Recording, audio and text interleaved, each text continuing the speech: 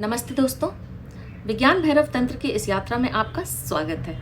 आज हम बढ़ रहे हैं 76वें सूत्र की ओर।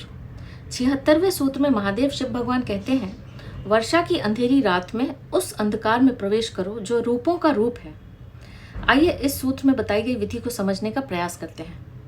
अतीत में एक बहुत पुराना गुहम विद्या का संप्रदाय था जिसका नाम है इसैनी संप्रदाय। इसके बारे में बहुत लोगों को शायद मालूम भी नहीं है। यह एक अकेला संप्रदाय है जिसने परमात्मा की धारणा परम अंधकार के रूप में की है। यह धारणा बहुत आश्चर्यजनक और अर्थपूर्ण भी है। इसलिए नहीं कि परमात्मा प्रकाश है, बल्कि इसलिए क्योंकि मनुष्य अंधकार से भयभीत है। यह मानवीय भय है। हम प्रकाश को पसंद करते हैं और अंधकार से डरते हैं। इसलिए हम अंधकार या कालिमा के रूप में ईश्वर की धारणा नहीं बना सकते। हमारे ईश्वर हमारे भय की ही निर्मित हैं। हम ही उन्हें आकार और रूप देते हैं, और क्योंकि आकार और रूप हम देते हैं, ये आकार और रूप हमारे संबंध में खबर देते हैं, परमात्मा के संबंध में नहीं। क्योंकि हम अंधकार से भयभीत हैं, इसलिए परमात्मा प्रकाश है। इसैनी कहते हैं कि ईश्वर अंधकार है, और इस बात में बहुत सार है। पहली तो बात कि अंधकार शाश्वत है।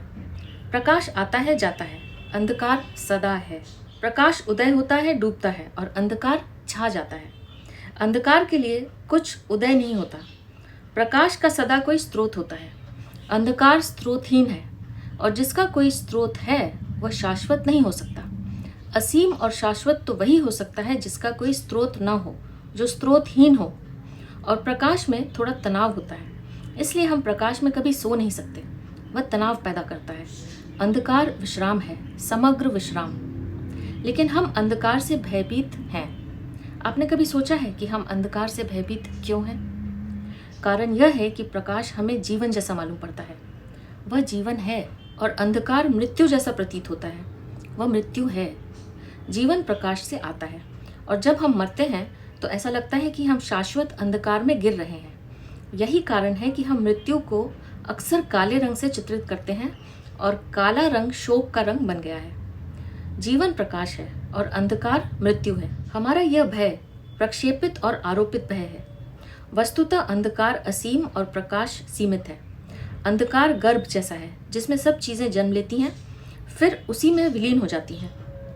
यह दृष्टिकोण बहुत सहयोगी है, क्योंकि अगर हम अंधकार को प्रेम कर सके तो हम मृत्यु से निर्भय हो जाएंगे।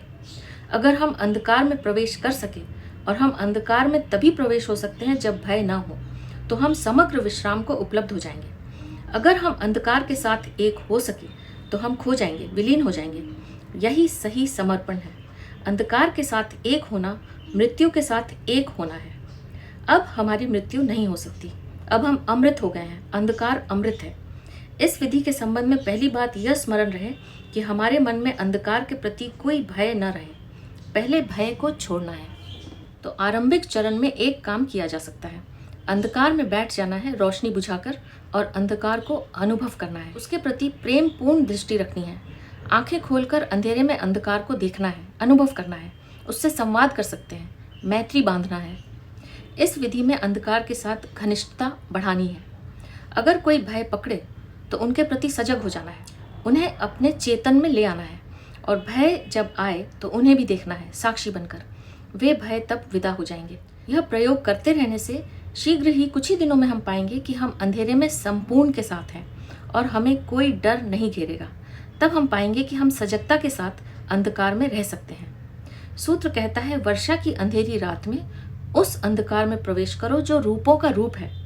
यह विधि रात में करने योग्य है, जब सब कुछ अंधकार में डूबा हो, जब वर्षा के काले बादलों में चांद न हो, कोई सितारा भी न दिखाई दे। उस अंधकार का साक्षी बनना है और उसमें विलीन हो जाना है। वह सब रूपों का रूप है। हम रूप हैं, हम उसमें विलीन हो सकते हैं। जब प्रकाश होता है तब हम परिभाषित होते हैं, सीमित होते हैं। हमारी सीमाएं प्रकाश के कारण ही हैं। जब प्रकाश नहीं होता तो सीमाएं खो जाती हैं। अंधकार में हर चीज़ दूसरी चीज़ में समा जाती है, विसर्जित हो जाती है।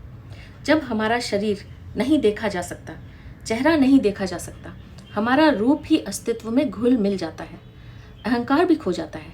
सीमा के बिना अहंकार का होना कठिन है। खो जाने का भय भी अंधकार से भय का एक कारण हो सकता है। इसलिए हम प्रकाश चाहते हैं। सच तो यह है कि धारणा और ध्यान करते हुए प्रकाश की बजाय अंधकार में विलीन होना आसान है। प्रकाश तोड़ता है, पृथकता पैदा करता है। अंधकार सभी पृथकता को मिटा देता है। प्रकाश में हम सुंदर हैं या कुरूप हैं, अमीर हैं या गरीब हैं, शिक्षित हैं या अशिक्षित हैं, पुण्यात्मा हैं या पापी हैं, दिखता है। प्रकाश हमें पृथक व्यक्ति की तरह प्रकट करता है, विशिष्टता देता है। अंधकार हमें अपने में समेट लेता है, हमें पूर्ण रूप से स्वीकारता है। बिना किसी परिभाषा के हम उसमें डूब जाते हैं, खो जाते हैं, एक हो जाते हैं। यह अंधकार इतना विराट है, कुछ भी उतना विराट और शाश्वत नहीं है जितना अंधकार है, और कुछ भी इतना निकट नहीं है।